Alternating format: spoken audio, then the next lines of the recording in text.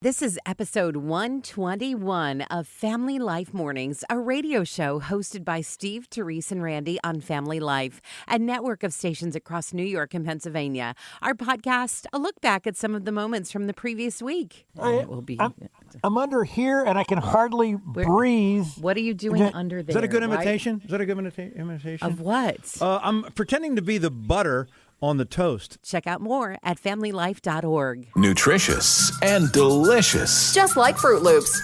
This is Family Life Mornings. Oh, I wish that real life was more like a game show. Not just any game show, though.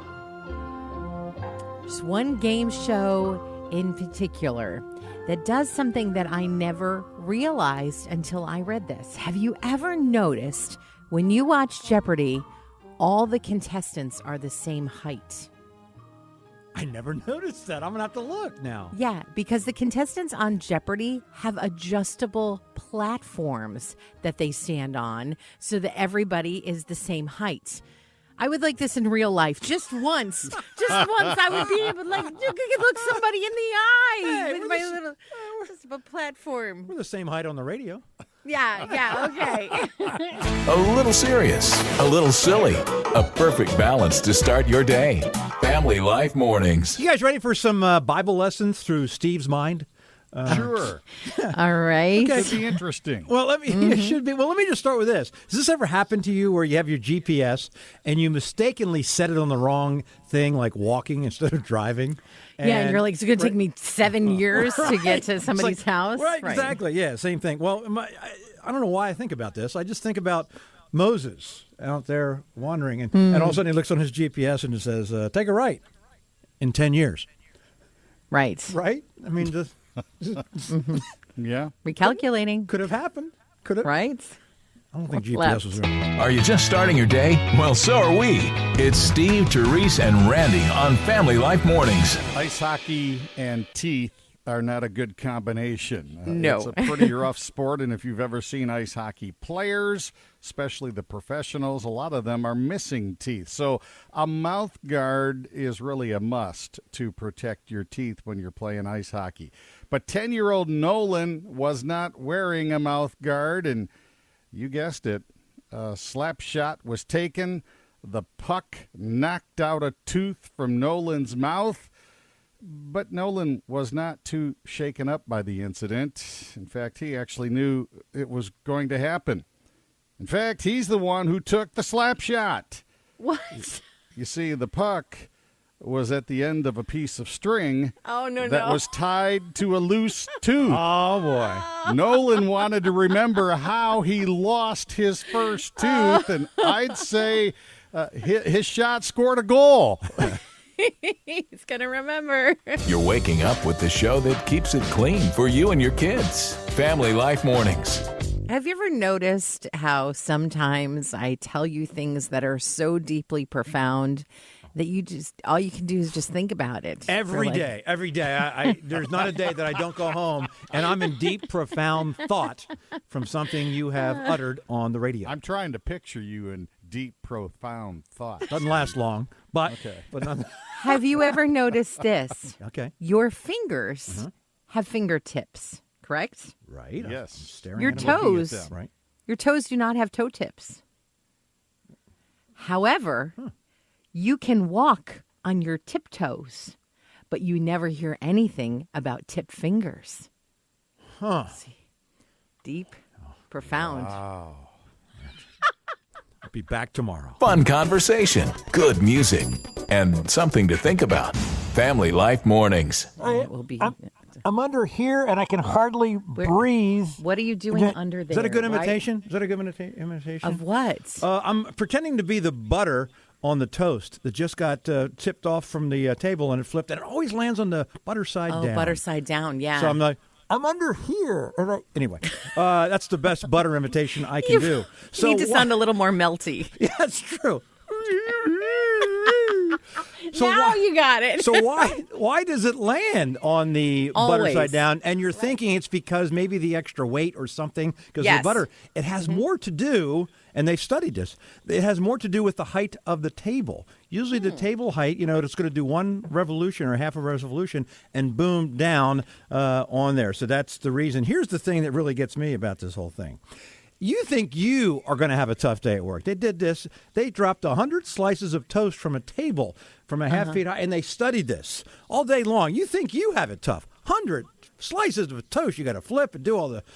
Oh, what a day we have ahead. Oh. It's okay if you're not ready to wake up yet. We'll just turn the music down and talk softer. Steve, Terese, and Randy on Family Life Mornings. Have you guys started putting up any Christmas decorations yet? Not yet, no. Not yet. When do you have like a time that you typically decorate? I mean, it's going to be after Thanksgiving, so my guess is first week of December at the latest. Yeah, usually we kind of spend that Black Friday weekend putting up a lot. And it's not that I hate Christmas decorations.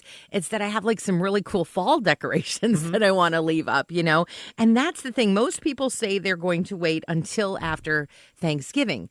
But they're okay with seeing other people's decorations. I think the people who want to decorate early sort of feel sometimes like, oh, I'm going to annoy the other people, if I put up all my stuff now. And most people say, nah, I'm okay. Like, I'm okay with neighbors that want to put up their lights and trees and all that stuff. And I'm a big fan of that because I feel like if those people who really love decorating get started super early and they get all their decorations up, then after Thanksgiving, they can come help people like you and me, right? Perfect plan. I love the plan. I love when the plan comes together. When you wake up with Family Life, you get the encouragement you need to start the day. You have some you probably haven't even worn in years. But to some people, one pair can be worth almost like gold. We're talking socks. Yeah. The homeless, especially as it gets into colder weather, the homeless they love socks. They need socks. Well, and one of the reasons why is because when their feet get wet, you know how it feels when your socks are wet. So the more they have, the more they can have dry ones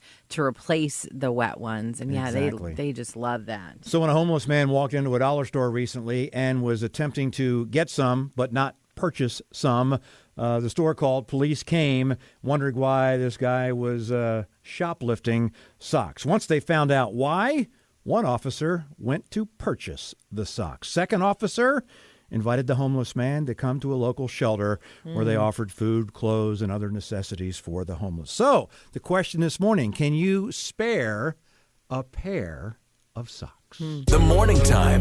It's God's time. Thanks for waking up with Family Life Mornings.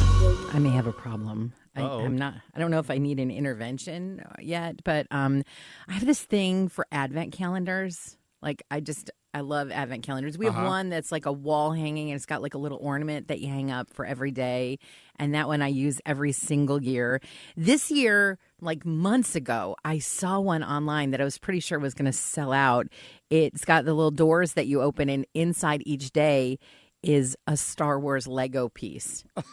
And I was like, well, I love Star Wars, right? So I that looks fun, right? And then I got one with really good chocolate truffles in it because, like, hello, chocolate truffles. And then I saw one that has pet treats for my dogs. Oh. And so I got that one. If you're keeping track, I think that's four. Is that four so far? Yeah. And I saw one online that had a different coffee every day. And I was like, I have to get that one because I need something to like give me the energy to be able to open all the other advent calendars, right? Facing a brand new day is a whole lot easier when you remember that God is in charge. This is Family Life Mornings with Steve, Terese, and Randy. Well, you've heard of the phrase that has a 1 in a million chance of happening, and they're quite astronomical odds. But how about 1 in a 100 million chance of happening? Wow. Yet that is what happened to a Maine lobster man. He caught a cotton candy lobster.